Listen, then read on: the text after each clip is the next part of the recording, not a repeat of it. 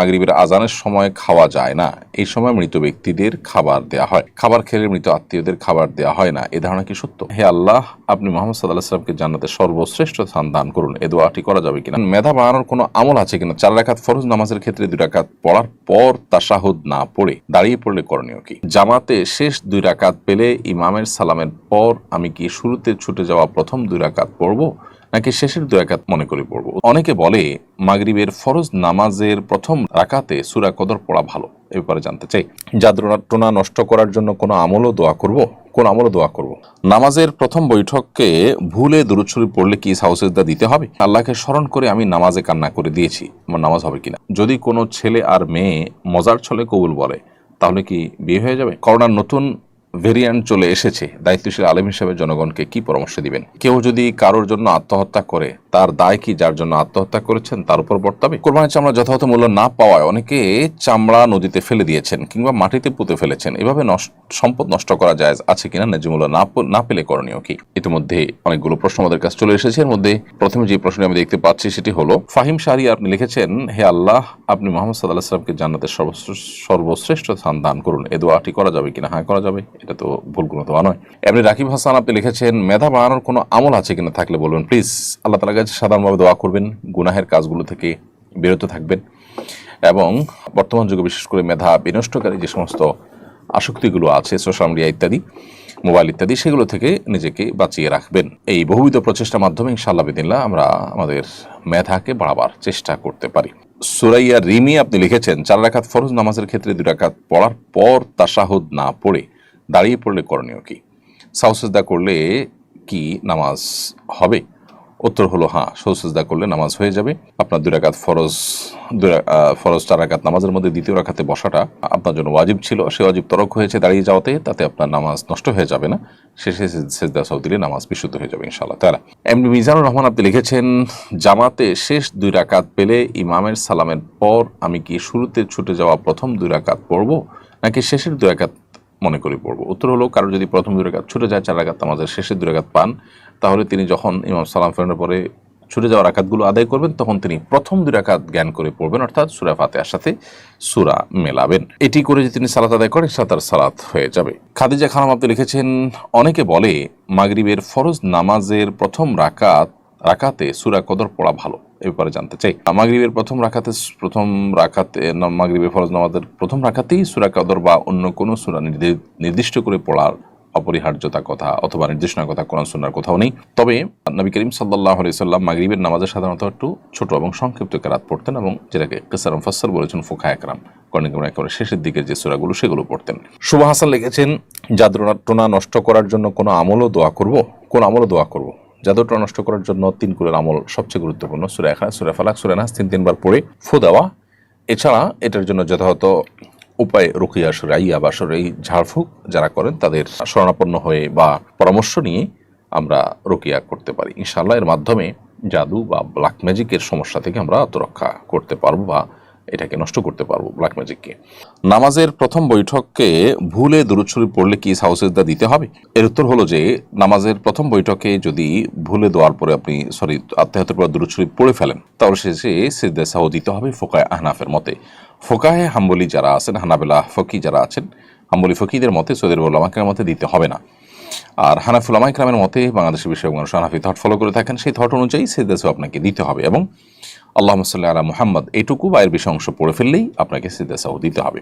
Simon ইসলাম আপনি লিখেছেন, আল্লাহকে স্মরণ করে আমি নামাজে কান্না করে দিয়েছি, আমার নামাজ হবে কিনা? আল্লাহর স্মরণার্থে যদি নামাজে কান্না হয় সেটি প্রশংসনীয়, নামাজ না হওয়ার কোনো কারণ নেই। তবে যদি পার্থিব কোনো কারণে আপনি কাঁদেন তাহলে সেটা দোষণীয়, আর সেই কান্না যদি আওয়াজ হয়ে যায় তাহলে সেটা নামাজও ভঙ্গ হয়ে যাবে। এটা কোনো ব্যথার কারণে বা অন্য কোনো কষ্টের কারণে যদি হয়। বাট আল্লাহর স্মরণে বা জান্নাত জাহান্নামের স্মরণে, আখিরাতের কথা স্মরণে, কোনো আয়াতের আপনি আয়াত বা আল্লাহর কোনো জিকিরে প্রভাবিত হয়ে আপনি কেঁদে দিয়েছেন, সেই কান্না এটা শুধু জায়েজই নয়, বরং সেটা আপনার নামাজের মানকে আরও উন্নত করবে ইনশাআল্লাহ তাআলা। আফিফা ইসলাম ফাইহা আপনি লিখেছেন, যদি কোনো ছেলে আর মেয়ে মজার ছলে কবুল বলে তাহলে কি বিয়ে হয়ে যাবে?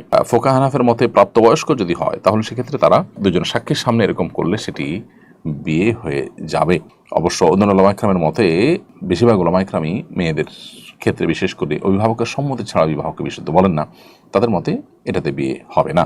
আর এমনিতে কমন একটি জিনিস নবী সাল্লাল্লাহু আলাইহি ওয়াসাল্লাম হাদিস রয়েছে, সালাসুন জিদ্দুহুন্না জিদ্দুন ওয়া হাজলুহুন্না জিদ্দুন, তিনটি বিষয়ে সিরিয়াসলি করলে মানুষ যা হয়, দুষ্টুমি করে করলেও তা হয়, তার মধ্যে বিবাহ একটি বিধায় এটাও দুষ্টুমি করে করলেও যদি শর্ত পূরণ হয়ে যাক বিয়ে হয়ে যাবে। মাদি হাসান আপনি লিখেছেন, করোনার নতুন ভেরিয়েন্ট চলে এসেছে, দায়িত্বশীল আলেম হিসেবে জনগণকে কি পরামর্শ দিবেন?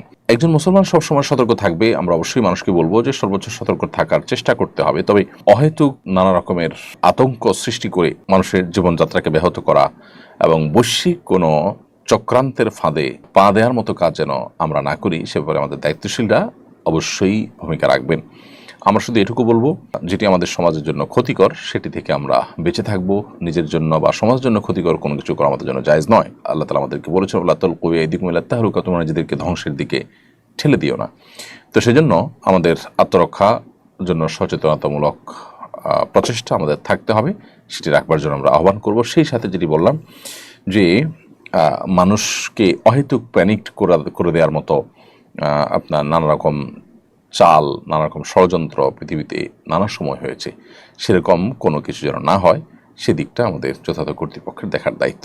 জেসমিন আক্তার লিখেছেন, কেউ যদি কারোর জন্য আত্মহত্যা করে তার দায় কি যার জন্য আত্মহত্যা করেছেন তার উপর বর্তাবে?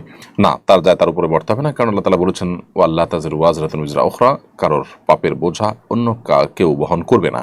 এবং কোরআন সুন্নাহর কোথাও এরকম কোনো কথা বলা হয়নি যে একজনের পাপের বোঝা আরেকজন বহন করবে। সেজন্য যে আত্মহত্যা করেছে তার দায় তার নিজের উপরেই বর্তাবে, অন্য কারোর উপরে সেটি বর্তাবে না। তবে কেউ যদি তাকে প্ররোচিত করে থাকে, কারোর কারণে যদি তিনি এই ভুল পথে এসে থাকেন, তাহলে যতটুকু দায় আছে, যতটুকু তার ভূমিকা আছে এক্ষেত্রে, সেটার জন্য তিনি অবশ্যই আল্লাহ তাআলার কাছে জবাবদিহিতার মুখোমুখি হবেন। তবে এর মানে এই নয় যে আত্মহত্যাকারী মাপ পেয়ে যাবেন। তিনি তার গুনাহের জন্য, তার এই পাপের জন্য, অপরাধের জন্য, আত্মহত্যার এই কবিরা গুনাহের জন্য স্বতন্ত্রভাবে আল্লাহ তাআলার কাছে শাস্তির মুখোমুখি হবেন। এটা হলো সবচেয়ে দুর্ভাগ্যজনক বাস্তবতা যে কোনো ব্যক্তি দুনিয়ার কোনো কষ্ট থেকে মুক্তি লাভের জন্য আত্মহত্যার পথ বাছাই করে নিলেন।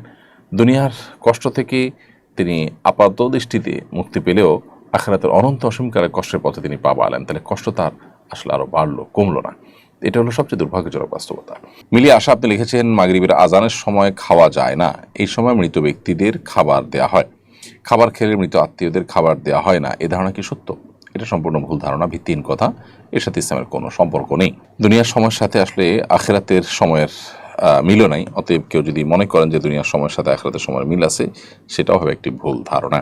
এরপরে প্রশ্ন হলো, কোরবানির চামড়া যথাযথ মূল্য না পাওয়ায় অনেকে চামড়া নদীতে ফেলে দিয়েছেন কিংবা মাটিতে পুঁতে ফেলেছেন, এভাবে সম্পদ নষ্ট করা জায়েজ আছে কিনা, ন্যায্য মূল্য না পেলে করণীয় কি? প্রথম কথা হলো যে চামড়া বিক্রি করা না গেলে চামড়া নিজে ব্যবহার করা, বিশেষ করে রান্না করে খাওয়ার মতো প্রসেস আজকাল অনলাইনে অহরহ পাওয়া যায়। সো সেগুলো অনুসরণ করে আমরা এই সম্পদকে নষ্ট না করে সেটার ব্যবহার করার চেষ্টা করতে পারি। দ্বিতীয়ত কথা হলো, যদি সেরকম কোনো স্কোপ না থাকে, সুযোগ না থাকে, সেরকম সময় বা আপনার সার্বিক সুযোগ যদি না থাকে, তাহলে সেক্ষেত্রে কেউ যদি মাটিতে পুঁতে ফেলে তিনি গুনাহগার হবেন না ইনশাআল্লাহ, কারণ এটা তারপরে একরকম বোঝার মতো। কেউ যদি সেটা গ্রহণ করার মতো না থাকে, নিজে ব্যবহার করার মতো সুযোগ তার না থাকে সেভাবে, তাহলে সেক্ষেত্রে মাটিতে পুঁতে ফেলাটা নাজায়েজ হবে না। তবে এখানে যথাযথ কর্তৃপক্ষ যারা আছেন তাদের বিরাট বড় একটা দায় চলে আসে যে এত বড় মূল্যবান একটি সম্পদ সেটিকে যথাযথভাবে সংগ্রহ করা, সেটা যথাযথ ব্যবহার করার ব্যাপারে তাদের আরও জোরালো ভূমিকা থাকা দরকার, যথাযথ ভূমিকা পালন করা দরকার। দীর্ঘকাল চামড়ার যথাযথ মূল্য পাওয়া যেত, চামড়া শিল্প আমাদের দেশে যথেষ্ট সমৃদ্ধ ছিল, কিন্তু গত বেশ কয়েক বছর বিগত সরকারের আমলে এটিকে ধ্বংস করে দেওয়া হয়েছে। এটাকে পুনরুদ্ধার করাটা সময়ের সবচেয়ে প্রয়োজনীয় কাজগুলোর মধ্যে থেকে একটি।